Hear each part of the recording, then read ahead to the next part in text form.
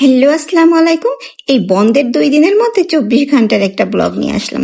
কালকে সারাদিনের ব্লগটি দিয়েছি, বাট সন্ধ্যার পর থেকে কি করেছি সেটা তো আর বলিনি। বলেছিলাম যে এক জায়গায় বেড়াতে যাব।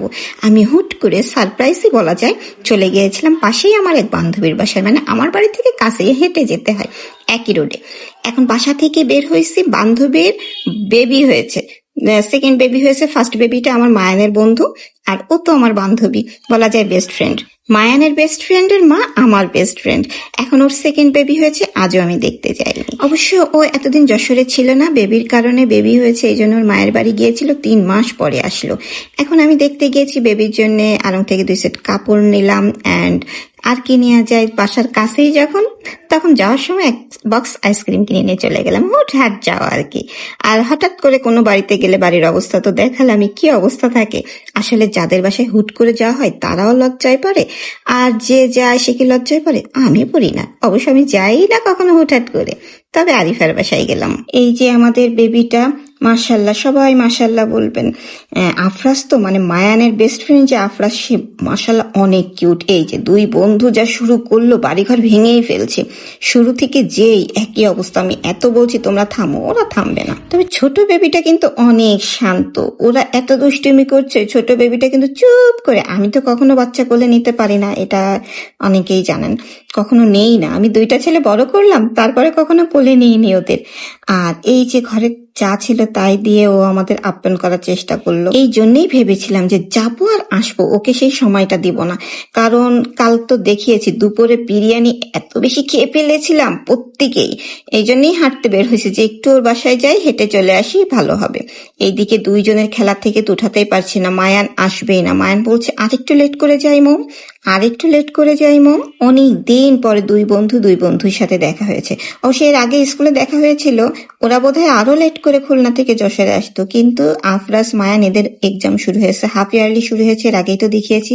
ব্যালকনিতে গিয়েছিলাম এই কাঁঠাল গাছ দেখতে। এখানে যেই কয়টা কাঁঠাল হয়েছিল সবগুলো নাকি এখান থেকে ওরা হাত দিয়ে পেরে পেরে তারপর খেয়েছে। লাস্টে আমরা এই যে বাবু দেখা শেষে বাসার দিকে রওনা করলাম। সম্ভবত 10টা বেজে গিয়েছিল, এমন হতে পারে। 9:30 থেকে 10টার মধ্যে বাসা আসলাম। এই যে আজকের দিনটা অনেক ভোরবেলা আমার এলাকায় কোনো শব্দই থাকে না এত ভোরে, তখন মেবি 5টা বাজে। কিন্তু ওই যে আর্জেন্টিনার খেলা হয়েছিল, হই হুল্লোড়। এরপর ঘুমিয়েছিলাম। ঘুম থেকে উঠে দেখি এই মাছগুলো এনেছে। মাছটা তো আমি হাত দিই না, মাছের গন্ধ নিতে পাই না, কিন্তু ভিডিও করার জন্য গেলাম। আজকে এই মাছ এনেছে, রুই মাছ, কাতলা মাছ, চিংড়ি মাছগুলো খুব নড়ছিল।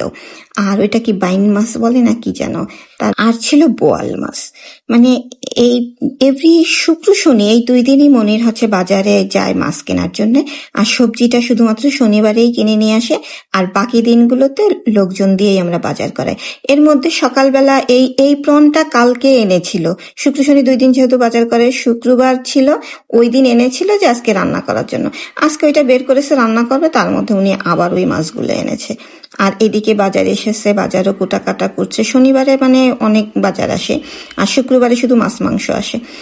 এর মধ্যে আজকে আমি নিজের হাতে সবকিছু রান্না করেছি। শুক্র শনি 2 দিনই রান্নার চেষ্টা করি, শনিবার ইদানিং করছি না, তবে আজকে করেছি। কারণ বাজারে এসেছে তো লেট হয়ে যাচ্ছে, রান্নার মেয়েটা নতুন এসেছে, ও বুঝে উঠতে পারছে না। তো ওই যে শাকটা দেখালাম, ওইটা কুমড়ো শাক দিয়ে কাঁঠালের বীজ এবং মসুর ডাল 3টা দিয়ে একসাথে চচ্চড়ি মতো রান্না করেছি, অনেক টেস্ট। আর এটা ছিল লাউ দিয়ে শোল মাছ। আর এইদিকে তো চিকেন ছিল। এত শক্ত একটা চিকেন রান্না করতে যে আমার জান বের হয়ে গেছে। কি মুরগি বলে সেটা, আজকে নাকি দেশি মুরগি পাইনি।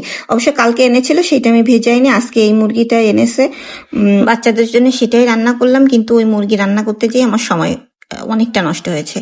আর এইদিকে প্রনের যে মালাইকারি খেতে চেয়েছে, প্রতিবার মালাইকারি ঝোল নিয়ে খুব কারাকারি বাঁধে, তাই ইচ্ছা করে অনেক করে ঝোল রেখেছি। নাও, কত ঝোল খেতে চাও তোমরা, খাও। একটা সময় আমি ভীষণ প্রন পছন্দ করতাম, আর এখন না আমি প্রনও খাই না। আমার মা সেদিন শুনে তো অবাক হলো, তুই প্রন খাস না? ছোটবেলা তো শুধু তোর জন্য আমাকে প্রনই রান্না করতে হতো। মা তো জানে না এখন আমি চিকেনও খাই না। একটা সময় কি পরিমাণে চিকেন খেতাম, আর আজকের চিকেনটা যে আমাকে কি পরিমাণে জ্বালিয়েছে, উফ, প্রেসারে দিলেই ভালো হতো। এত শক্ত কেন ছিল আমি জানি না। এই তো কাল সন্ধ্যা থেকে আজ সন্ধ্যা অবশ্য মেহমান এসেছিল,